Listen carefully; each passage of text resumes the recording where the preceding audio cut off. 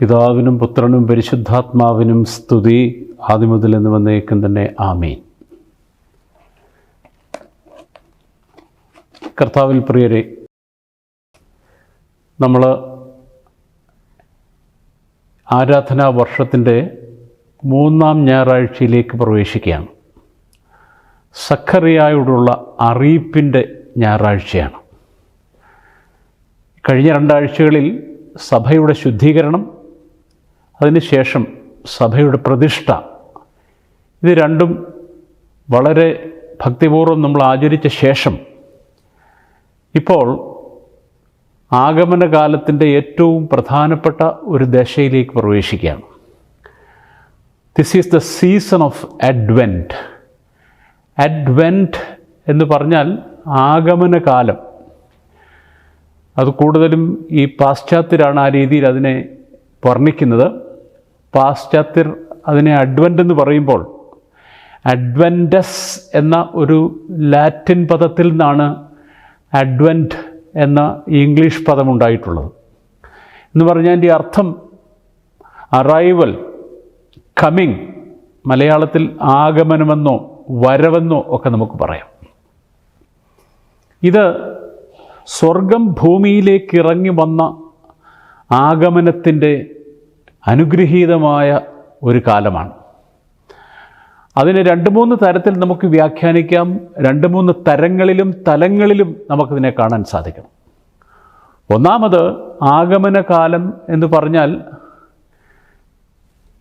ചരിത്രാതീതനായ ദൈവം, ഉപരിസ്ഥനായ ദൈവം ചരിത്രത്തിലേക്ക് ആഗമിച്ചു, ചരിത്രത്തിനുള്ളിലേക്ക് ദൈവം പ്രവേശിച്ചു എന്നുള്ള ഒരർത്ഥം. രണ്ടാമത്, മാനവ ഹൃദയങ്ങളിലേക്ക് ദൈവം വന്ന് ജനിക്കുന്നു. മൂന്നാമത്, കർത്താവിൻ്റെ 2ാമത്തെ വരവിനെ പറ്റിയുള്ള പ്രത്യാശ നിറയുന്ന സമയങ്ങൾ. അങ്ങനെ 3 തരത്തിലും, ഭൂതം, വർത്തമാനം, ഭാവി എന്ന 3 തലങ്ങളിലും 3 കാലങ്ങളിലുമായിട്ട് നമുക്ക് വേണമെങ്കിൽ ഈ ആഗമനത്തെ വ്യാഖ്യാനിക്കാം. ഈ ആഗമനകാലം വളരെയധികം ശ്രദ്ധാപൂർവം ഭക്തിയോടെയാണ് ക്രിസ്തീയ ലോകം കൊണ്ടാടുന്നത്. പൗരസ്ത്യ സഭയിൽ ആഗമനകാലം എന്ന് പറയുമ്പോൾ ഏതാണ്ടൊരു 40 ദിവസത്തെ ഒരു പീരീഡാണ്. ആ സമയത്ത്, അതായത് നവംബർ 15 മുതൽ ഡിസംബർ 25 വരെയുള്ള ഒരു 40 ദിവസത്തെ ഗ്യാപ്പാണ്. ആ സമയത്ത് പൗരസ്ത്യ സഭകളിൽ പലയിടത്തും 40 ദിവസത്തെ നോമ്പ് തന്നെയുണ്ട്. നമുക്കിവിടെ 25 ദിവസത്തെ നോമ്പേ ഉള്ളൂ. എങ്കിലും കോപ്റ്റിക് സഭ പോലെയുള്ള മറ്റ് ഓർത്തഡോക്സ് സഭകളിൽ 40 ദിവസത്തെ നോമ്പ് നോറ്റിട്ടാണ് ഈ ക്രിസ്മസിന് വേണ്ടി ഒരുങ്ങുന്നത്. അപ്പോൾ ഈ ആഗമനകാലം ഏതാണ്ട് ഒരു 40 ഡേയ്സ് എന്നുള്ള രീതിയിലാണ് നമ്മളതിനെ കാണുന്നത്. ഈ സമയത്ത് പാശ്ചാത്യ ലോകത്ത് ഒരു റീത്ത് ഉണ്ടാക്കും. ആ റീത്തിൽ 4 ക്യാൻഡിൽസ് കത്തിച്ച് വെക്കാറുണ്ട്. ഒന്നാമത്തെ candle the prophets candle. Prophets candle എന്ന് പറഞ്ഞാൽ അത് വരാൻ പോകുന്ന പ്രത്യാശയുടെ ക്യാൻഡിലാണ്, ദി ക്യാൻഡിൽ ഓഫ് ഹോപ്പ്. രണ്ടാമത്തെ candle the candle of angels, മാലാഖമാരുടെ ക്യാൻഡിൽ.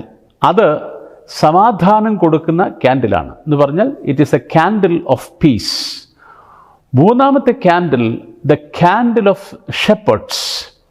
അത് ആട്ടിടയന്മാരുടെ ക്യാൻഡിലാണ്. അത് സന്തോഷത്തിൻ്റെ, it is the candle of joy. And the last candle is Bethlehem candle, and it symbolizes the love, the candle of love, സ്നേഹത്തിൻ്റെ candle. ഇങ്ങനെ 4 ക്യാൻഡിലുകൾ ക്രമീകരിച്ച് അത് കത്തിക്കുന്ന രീതിയും പാശ്ചാത്യ സഭയിലൊക്കെ പലയിടത്തും ഉണ്ട്. ഞാൻ പറഞ്ഞു വന്നത്, അത്രമാത്രം ഭക്തിയോടും പ്രതീക്ഷയോടും കൂടെയാണ് ഈ ആഗമനകാലം ആചരിക്കാറുള്ളത്, അതിനെ ഒബ്സർവ് ചെയ്യാറുള്ളത് എന്ന് ഓർമ്മിപ്പിക്കാനാണ്. ഇവിടെ നമ്മൾ വായിക്കുന്ന സംഭവം വിശുദ്ധ ഏവങ്കേലിയോൻ ഭാഗം വിശുദ്ധ ലൂക്കോസിൻ്റെ സുവിശേഷം 1-ാം അധ്യായത്തിൻ്റെ 5-ാം വാക്യം മുതൽ 25-ാം വാക്യം വരെ ഉള്ള ഭാഗമാണ്. അത് നമുക്ക് സുപരിചിതമാണ്.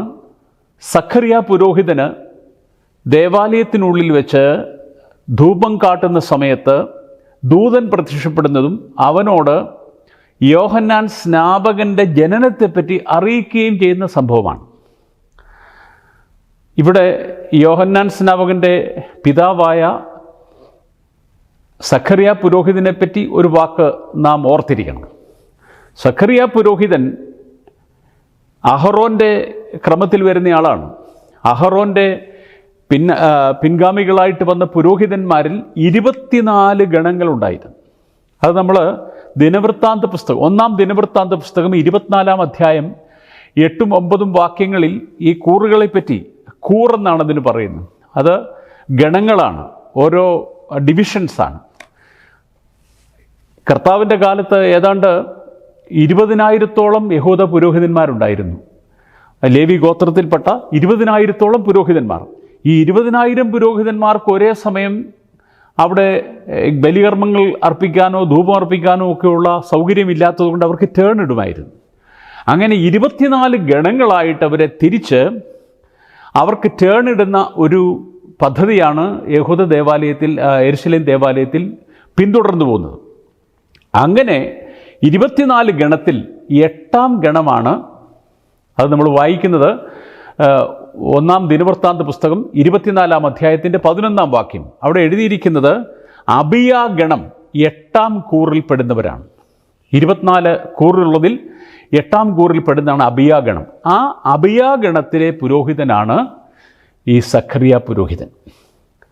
അപ്പോൾ ഈ പുരോഹിതൻ അവിടെ ധൂപം അർപ്പിക്കുന്ന സമയത്ത് നടക്കുന്ന അത്ഭുതകരമായ ഒരു സംഭവമാണ് നമ്മൾ വായിക്കുന്നത്.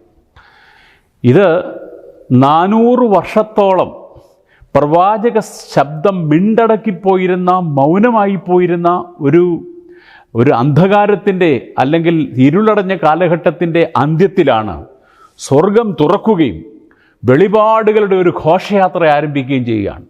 സ്വർഗീയമായ ദർശനങ്ങളുടെയും മാലാഖമാരുടെ ആഗമനത്തിൻ്റെയും ഒക്കെയുള്ള ഒരു വലിയ ഘോഷയാത്ര ആരംഭിക്കുന്നു. വെളിപാടുകളുടെ ഘോഷയാത്രയാണിത്. അപ്പോൾ ഇവിടെ ആഗമന കാലത്ത് ദൂതന്മാർ സ്വർഗത്തിൽ നിന്ന് ഇറങ്ങി വരുന്ന സംഭവം കൂടെ നമ്മളിവിടെ വായിക്കുകയാണ്, നമ്മൾ മനസ്സിലാക്കാൻ. യഹൂദ്യ മലനാട്ടിലെങ്ങും വലിയ അത്ഭുതമാണ്.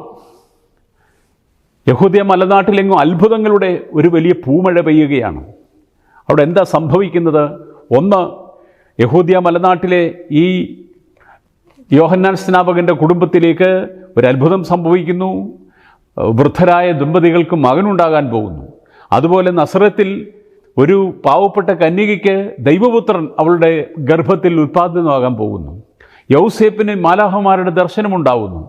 മാലാഖമാരുടെ ദർശനം പിന്നീട് ആട്ടിടയന്മാർക്കുണ്ടാകുന്നു എന്ന് വേണ്ട, നിറച്ചും ദർശനങ്ങളുടെ ഒരു കാലമാണ്.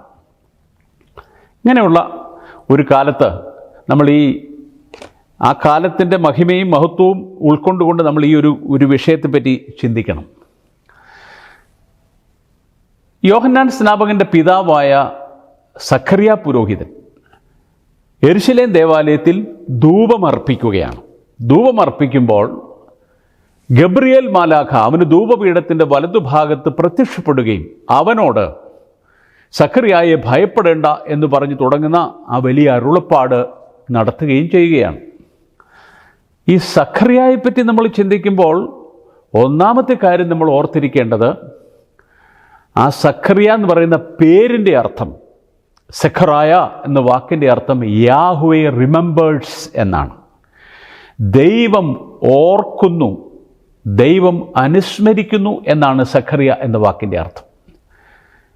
ഇവിടെ എഴുതിയിരിക്കുന്നത് ഈ ദമ്പതിമാർ, ഈ സഖറിയ പുരോഹിതനും അദ്ദേഹത്തിൻ്റെ ഭാര്യയായി എലിസബത്തും രണ്ടുപേരും ഇരുവരും ദൈവസന്നിധിയിൽ നീതിയുള്ളവരും കർത്താവിൻ്റെ സകല കൽപ്പനകളിലും ന്യായങ്ങളിലും കുറ്റമില്ലാതെ നടക്കുന്നവരും ആയിരുന്നു. അവരെ പറ്റിയുള്ള ആഡ്ജക്റ്റീവ്സ് അങ്ങനെയാണ് എഴുതിയിരിക്കുന്നത്. അവർ രണ്ടുപേരും ദൈവസന്നിധിയിൽ നീതിയുള്ളവരും കർത്താവിൻ്റെ സകല ന്യായപ്രമാണങ്ങളിലും കുറ്റമില്ലാതെ നടക്കുന്നവരുമായിരുന്നു. എങ്കിലും ദൈവം അവരെ വേണ്ടവണ്ണം അനുസ്മരിച്ചിരുന്നില്ല. നമ്മളങ്ങനെ നമ്മുടെ ഹ്യൂമൻ ഭാഷയിൽ അങ്ങനെ പറഞ്ഞ് അതിനെ നമ്മൾ വ്യാഖ്യാനിക്കുകയാണ്. ദൈവം അതുവരെ അവരുടെ പ്രാർത്ഥനയ്ക്ക് ഉത്തരം കൊടുത്തിരുന്നില്ല. God did not remember them. യഥാർത്ഥത്തിൽ അങ്ങനെയാണ്. സക്കറിയ പുരോഹിതൻ്റെ പേരിൻ്റെ അർത്ഥം ഗോഡ് റിമെമ്പേഴ്സ് എന്നാണെങ്കിലും അതുവരെ ദൈവം അവരുടെ പ്രാർത്ഥനയ്ക്ക് ഒരു ഉത്തരം കൊടുത്തിരുന്നില്ല. നമ്മൾ ഓർക്കുക, അവരുടെ പ്രാർത്ഥനയ്ക്ക് ഉത്തരം കിട്ടാതിരിക്കുമ്പോഴും ദൈവസന്നിധിയിൽ എപ്പോഴും നീതിയുള്ളവരും ന്യായപ്രമാണത്തിൽ നിന്ന് അണുവിട വ്യതിചലിക്കാത്തവരും ആയിരുന്നു. ഈ ദൈവം ഓർക്കുന്നു എന്നുള്ളത് വളരെ പ്രധാനപ്പെട്ടൊരു കാര്യമാണ്. ദൈവം നമ്മളെ ഓർക്കുന്നു. ദൈവം ഓർത്ത് നമ്മുടെ ആഗ്രഹങ്ങളും ആവശ്യങ്ങളും ഒക്കെ സാധിപ്പിച്ച് തന്നില്ലെങ്കിലും നമ്മൾ ദൈവസന്നിധിയിൽ നീതിയുള്ളവരാണോ എന്നുള്ളതാണ് പ്രധാനപ്പെട്ട കാര്യം. ജീവിതത്തിൽ ദുഃഖങ്ങൾ, ഒത്തിരിയേറെ പരാജയങ്ങൾ, നമ്മൾ പ്രതീക്ഷിക്കാത്ത ഒത്തിരി അനർത്ഥങ്ങൾ, അനിഷ്ട സംഭവങ്ങളൊക്കെ ഉണ്ടായെന്നിരുന്നാലും നമ്മൾ ദൈവത്തെ ഓർക്കുന്നുണ്ടോ എന്നുള്ളതാണ് പ്രധാനപ്പെട്ട ഒരു കാര്യം. ദൈവം നമ്മളെ ഓർക്കുന്നില്ല എന്ന് നമുക്ക് തോന്നുമ്പോഴും ദൈവത്തെ നമ്മൾ ഓർക്കുന്നുണ്ടോ എന്നുള്ളത് വളരെ പ്രധാനപ്പെട്ടൊരു കാര്യമാണ്. 2 കൊരിന്ത്യർ ലേഖനം 4-ാം അധ്യായം 8-9 വാക്യങ്ങൾ വളരെ പ്രധാനപ്പെട്ട ഒരു സന്ദേശമാണ് നമുക്ക് തരുന്നത്. സകല വിധത്തിലും കഷ്ടം സഹിക്കുന്നവരെങ്കിലും ഞങ്ങൾ ഇടുങ്ങിയിരിക്കുന്നില്ല, ബുദ്ധിമുട്ടുന്നവരെങ്കിലും ഞങ്ങൾ നിരാശപ്പെടുന്നില്ല, ഉപദ്രവം അനുഭവിക്കുന്നവരെങ്കിലും ഉപേക്ഷിക്കപ്പെടുന്നില്ല, വീണ് കിടക്കുന്നവരെങ്കിലും നശിച്ചു പോകുന്നില്ല. ഇതാണ് പ്രത്യാശ. ജീവിതത്തിൽ ഒത്തിരിയേറെ വീണ് കിടക്കുന്ന അനുഭവങ്ങളുണ്ടാവാം. ദൈവത്തിൻ്റെ ഉത്തരം കൃത്യസമയത്ത് കിട്ടാതെ പോയ അനുഭവങ്ങളുണ്ടാവാം. പ്രാർത്ഥനയ്ക്ക് ഉത്തരം കിട്ടാതെ വിഷമിക്കുന്ന സമയമുണ്ടാവാം. എങ്കിലും ദൈവസന്നിധിയിൽ നീതിയുള്ളവരായിരിക്കുക, വിശ്വസ്തതയുള്ളവരായിരിക്കുക എന്നുള്ളത് പ്രധാനപ്പെട്ടൊരു കാര്യമാണ്. ദൈവം അവരെ ഓർത്തില്ല എന്ന് നമുക്കൊരു മാനുഷികമായ നിലയിൽ ചിന്തിക്കാമെങ്കിലും ദൈവം തക്ക സമയത്ത് സക്രിയാവിനെ ഓർത്തു എന്നുള്ളതാണ്. God remembered him at the right time. കൃത്യസമയത്ത് അവന് കൊടുക്കേണ്ട ഉത്തരം കൊടുക്കേണ്ട സമയത്ത് ദൈവം കൊടുത്തു എന്നുള്ളത് നമ്മളെ ചിന്തിപ്പിക്കേണ്ട ഒരു വിഷയമാണ്. എല്ലാ ആശയും നഷ്ടപ്പെട്ട് വാർദ്ധക്യത്തിൽ ഇനിയൊരു കുഞ്ഞുണ്ടാവുമെന്നുള്ള എല്ലാ പ്രതീക്ഷയും അസ്തമിച്ച് ഭഗ്നാശരായി നിൽക്കുന്നവരുടെ അടുത്താണ് ദൈവം തൻ്റെ അത്ഭുതം പ്രവർത്തിക്കുന്നത്. ദൈവം അത്ഭുതം പ്രവർത്തിക്കാതെ ഇരുന്നിരുന്നെങ്കിൽ നമ്മളൊന്ന് ചിന്തിച്ച് നോക്കിയേ, ഒരു ഹിപ്പത്തറ്റിക്കലായിട്ട് ചിന്തിച്ച് നോക്കിയേ. ഈ സക്കറിയ പുരോഹിതന് ചെറുപ്പത്തിൽ തന്നെ, അദ്ദേഹത്തിൻ്റെ യൗവനകാലത്ത് തന്നെ ഒരു മകൻ ഉണ്ടായെന്നിരിക്കട്ടെ. ആ മകൻ ഈ പറഞ്ഞ 20,000 പുരോഹിതന്മാരിൽ ഒരുത്തനായി മാറും. അവൻ്റെ പേരെങ്ങും വരാൻ പോകുന്നില്ല, ആരും അവനെ ഓർക്കാൻ പോകുന്നില്ല. പക്ഷേ പ്രാർത്ഥനയ്ക്ക് ഉത്തരം ലഭിക്കാതെ വാർദ്ധക്യത്തിൽ വരെ അവർ വിശ്വസ്തരായി പോകുന്നത് കൊണ്ട് അവർക്ക് കിട്ടുന്ന ഗിഫ്റ്റ് ഒരു അമൂല്യമായ ഗിഫ്റ്റാണ്. ഈ മനുഷ്യ ചരിത്രത്തിലെ ഏറ്റവും തേജോമയനായ ഒരു കഥാപാത്രത്തെയാണ് അതിലൂടെ ദൈവം തമ്പുരാൻ അവതരിപ്പിക്കുന്നത്. യോഹന്നാൻ സ്നാപകനെ പറ്റി നമ്മുടെ കർത്താവ് കൊടുത്തിരിക്കുന്ന സർട്ടിഫിക്കറ്റ് നമ്മൾ ഓർക്കണം. സ്ത്രീകളിൽ നിന്ന് ജനിച്ചവരിൽ യോഹന്നാനേക്കാൾ വലിയവൻ ആരുമില്ല. ദൈവം തന്നെ സർട്ടിഫൈ ചെയ്ത ഇത്ര മഹാനായ, ഇത്ര വലിയ ശ്രേഷ്ഠതയുള്ള ഒരു പുത്രനെയാണ് ഈ ഭഗ്നാശരായി പോയ ദമ്പതിമാർക്ക് ലഭിക്കുന്നത്. When God denies something, when God delays something, it is not denial. ദൈവം ചില കാര്യങ്ങളൊക്കെ താമസിപ്പിക്കുമ്പോൾ അത് ഡിനയലാണ്. ദൈവം നമ്മളെ ഓർക്കുന്നില്ല, തള്ളിക്കളഞ്ഞു എന്ന് ഒരിക്കലും ചിന്തിക്കരുത്. When God delays, it is for another miracle. ദൈവം എന്തെങ്കിലും ഒരു വലിയൊരു അത്ഭുതത്തിന് വേണ്ടിയാണ് ഡിലേ ചെയ്യുന്നത്. When God delays, it is not a denial എന്നുള്ള കാര്യം നമ്മൾ ഓർത്തിരിക്കുക. നമ്മൾ വിശുദ്ധ കുർബാന ആരംഭിക്കുന്നത് പോലും ഓരോ ദിവസവും ഈ ലോകത്തിൽ അർപ്പിക്കപ്പെടുന്ന അനേകായിരം കുർബാനകളിൽ ആ വിശുദ്ധ കുർബാനയുടെ ആദ്യ വാചകത്തിൽ വിശുദ്ധ യോഹന്നാൻ സ്നാപകനെ അനുസ്മരിച്ചുകൊണ്ടാണ് കർത്താവെ നിന്നെ പ്രസവിച്ച മറിയാമും നിനക്ക് മാമോദീസ മുഖ്യ യോഹന്നാനും എന്ന് പറഞ്ഞുകൊണ്ടാണ് നമ്മുടെ വിശുദ്ധ കുർബാന പോലും ആരംഭിക്കുന്നത്. അതുകൊണ്ട് ദൈവം കൊടുത്തപ്പോൾ അത് കനിഞ്ഞ് അനുഗ്രഹിച്ച് എല്ലാ നൽവരങ്ങളും കൊടുത്താണ് അവനെ ദൈവം ലോകത്തിലേക്ക് അയച്ചത് എന്നുള്ളത് നമ്മൾ ഓർക്കുക. അതുകൊണ്ട് ദൈവത്തിൻ്റെ ഉത്തരം കിട്ടാൻ അല്പം താമസിച്ചു പോയാലും അത് ഡിനയലാണെന്ന് ഒരിക്കലും തെറ്റിദ്ധരിക്കരുത്. അതുകൊണ്ട് ദൈവം സക്കറിയ പുരോഹിതനെ ഓർത്തു.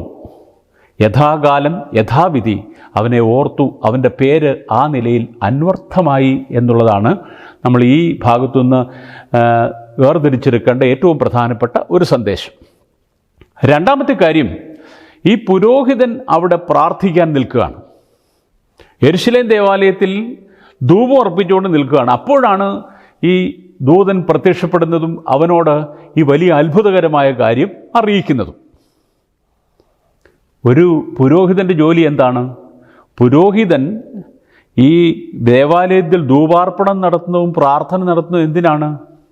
അത് മറ്റുള്ളവർക്ക് വേണ്ടി പ്രാർത്ഥിക്കാൻ വേണ്ടിയാണ്. ഏതൊരു പുരോഹിതൻ്റെയും പ്രഥമവും പ്രധാനവുമായ ജോലി മറ്റുള്ളവർക്ക് വേണ്ടി പ്രാർത്ഥിക്കുക എന്നുള്ളതാണ്. ഒരു പുരോഹിതൻ അവനവന് വേണ്ടി പ്രാർത്ഥിക്കുന്നത് വളരെ കുറവായിരിക്കും, മറ്റുള്ളവർക്ക് വേണ്ടി. അതുകൊണ്ടാണല്ലോ വിശുദ്ധ ബലിയിൽ നമ്മളിങ്ങനെ പ്രാർത്ഥിക്കുന്നത്, ഈ കുർബാന അർപ്പിക്കുന്ന ആർക്ക് വേണ്ടിയാണ്? നിൻ്റെ ജനത്തിൻ്റെ അപരാധങ്ങൾക്ക് വേണ്ടി ഞാൻ ബലി അർപ്പിക്കുന്നു, അതുപോലെ തന്നെ സർവ്വ സൃഷ്ടിക്കും വേണ്ടി മോചനം യാചിക്കുന്നു എന്ന് പറഞ്ഞാണ് വിശുദ്ധ കുർബാന അർപ്പിക്കുന്നത്. അപ്പോൾ ഓരോ പുരോഹിതനും ദൈവസന്നിധിയിൽ പ്രാർത്ഥിക്കുന്നത്, ബലിയർപ്പിക്കുന്നത്, ധൂപം അർപ്പിക്കുന്നത് മറ്റുള്ളവർക്ക് വേണ്ടിയാണ്. മറ്റുള്ളവരുടെ ആവശ്യങ്ങൾക്ക് വേണ്ടി, അവരുടെ അവലാധികൾക്ക് വേണ്ടി, അവരുടെ വേദനകൾക്ക് വേണ്ടി, അവരുടെ പ്രശ്നങ്ങൾക്ക് വേണ്ടി ദൈവസന്നിധിയിൽ അഭയാചന നടത്തുവാനാണ് ഓരോ പുരോഹിതനും ശുദ്ധസ്ഥലത്തേക്ക് പ്രവേശിക്കുന്നത്. അങ്ങനെ മറ്റുള്ളവർക്ക് വേണ്ടി പ്രാർത്ഥിക്കുവാൻ ദൈവസന്നിധിയിലേക്ക് പ്രവേശിച്ച സഖറിയായിക്ക് ദൈവം അവൻ്റെ ആവശ്യം കൂടെ നടത്തി കൊടുക്കുകയാണ്. ഒരുപക്ഷെ അവർ ആ സമയത്തേക്ക് ഈ ആഗ്രഹമൊക്കെ വിട്ട് കാണും. കാരണം പടുവൃദ്ധനായി, എലിസബത്തും വൃദ്ധയാണ്, ഇനിയിപ്പോൾ അവൾ പ്രസവിക്കുമെന്നുള്ള യാതൊരു പ്രതീക്ഷയുമില്ല. അതുകൊണ്ട് മിക്കവാറുമൊക്കെ ഒരു മകനെ വേണം എന്നുള്ള ആഗ്രഹവും പ്രതീക്ഷയുമൊക്കെ മിക്കവാറും അസ്തമിച്ച സമയമായിരുന്നിരിക്കണം. എങ്കിൽ കൂടെയും ഈ പുരോഹിതൻ മറ്റുള്ളവർക്ക് വേണ്ടി പ്രാർത്ഥിക്കുവാൻ ദൈവസന്നിധിയിൽ നിൽക്കുമ്പോൾ ദൈവം അവൻ്റെ ആഗ്രഹം കൂടെ സാധിച്ചു കൊടുക്കുന്നു എന്നുള്ളത് ശ്രദ്ധിക്കപ്പെടേണ്ട മറ്റൊരു വിഷയമാണ്. പ്രിയപ്പെട്ടവരെ, നമ്മളൊക്കെ ദൈവത്തിൻ്റെ സന്നിധിയിൽ പ്രാർത്ഥിക്കാൻ പോകുമ്പോൾ ആരെയാണ് ഓർക്കുന്നത്? നമ്മുടെ കാര്യം. പ്രത്യേകിച്ച് ഇപ്പോഴത്തെ പ്രോസ്പെരിറ്റി ഗോസ്പെൽസുകാരെല്ലാം പറയുന്നത് എന്താണ്? അവനവൻ്റെ കാര്യം പറഞ്ഞേക്കുക. അവനവന് വേണ്ട ഭൗതികമായ സമ്പത്തും സൗകര്യങ്ങളും മക്കളുടെ പഠനങ്ങളും അവരുടെ ഭാവിയും ഇതൊക്കെ ദൈവസന്നിധിയിൽ പേര് പറഞ്ഞ് അവനവൻ്റെ കാര്യം പറയുക. ഈ അവനവനിസം എന്നുള്ള പ്രാർത്ഥനാ ശൈലി ഇന്നത്തെ ഒരു പ്രത്യേകതയാണ്. എന്നാൽ ദൈവം ആഗ്രഹിക്കുന്നത് മറ്റുള്ളവർക്ക് വേണ്ടി ദൈവസന്നിധിയിൽ പ്രാർത്ഥിക്കുവാൻ when we pray for others God remembers us. നമ്മളെയും ദൈവം ഓർക്കുന്നു എന്നുള്ളതാണ്. മറ്റുള്ളവരുടെ ആവശ്യങ്ങളുമായി, മറ്റുള്ളവരുടെ പ്രശ്നങ്ങളുമായി, മറ്റുള്ളവരുടെ വേദനകളുമായി ദൈവത്തിൻ്റെ സന്നിധിയിലേക്ക് കടന്നു ചെല്ലുമ്പോൾ ദൈവം നമ്മുടെ വ്യക്തിപരമായ ആകുലതകളെയും വേദനകളെയും ആവശ്യങ്ങളെയും അറിയുന്നു. അവൻ അതിനുകൂടി മറുപടിയും പ്രതിഫലവും തരുന്നു എന്നുള്ളത് നാം ഓർക്കുക. അതുകൊണ്ട് സക്കറിയ പുരോഹിതനോടുള്ള ഈ അറിയിപ്പിൻ്റെ ഞായറാഴ്ച നമുക്ക് ഈ രണ്ട് സന്ദേശങ്ങൾ നമ്മുടെ ആത്മീയ ജീവിതത്തെ കരുപ്പിടിപ്പിക്കുവാൻ സഹായകമാവട്ടെ എന്ന് പ്രാർത്ഥിക്കുകയാണ്. God remembers at the right time. രണ്ടാമത് ഞാൻ പറഞ്ഞത്, when we pray for others God grants our own needs. നമ്മുടെ ആഗ്രഹങ്ങളും നമ്മുടെ ആവശ്യങ്ങളും ദൈവം സാധിപ്പിച്ചു തരുന്നു എന്നുള്ളതും ഈ ഭാഗത്ത് നിന്ന് നമുക്ക് ലഭിക്കുന്ന സനാതനമായ അമൂല്യമായ സന്ദേശങ്ങളാണ്. സക്കറിയ പുരോഹിതന് ലഭിച്ച ആ അനുഗ്രഹം പോലെ നമുക്കും ദൈവത്തിൻ്റെ സ്വർഗീയ അനുഗ്രഹങ്ങൾ ലഭിക്കട്ടെ എന്ന് പ്രാർത്ഥിച്ചുകൊണ്ടും സക്കറിയ പുരോഹിതനും എലിസബത്തും ദൈവസന്നിധിയിൽ നിഷ്കളങ്കരായി നിർമ്മമത്വത്തോടെ അനുഗ്രഹത്തോടെ ജീവിച്ചതുപോലെ ജീവിക്കുവാൻ നമുക്കും ഇടയാവട്ടെ എന്ന് പ്രാർത്ഥിച്ചുകൊണ്ടും ഞാൻ ഈ സന്ദേശം അവസാനിപ്പിക്കുന്നു. ദൈവം അനുഗ്രഹിക്കട്ടെ.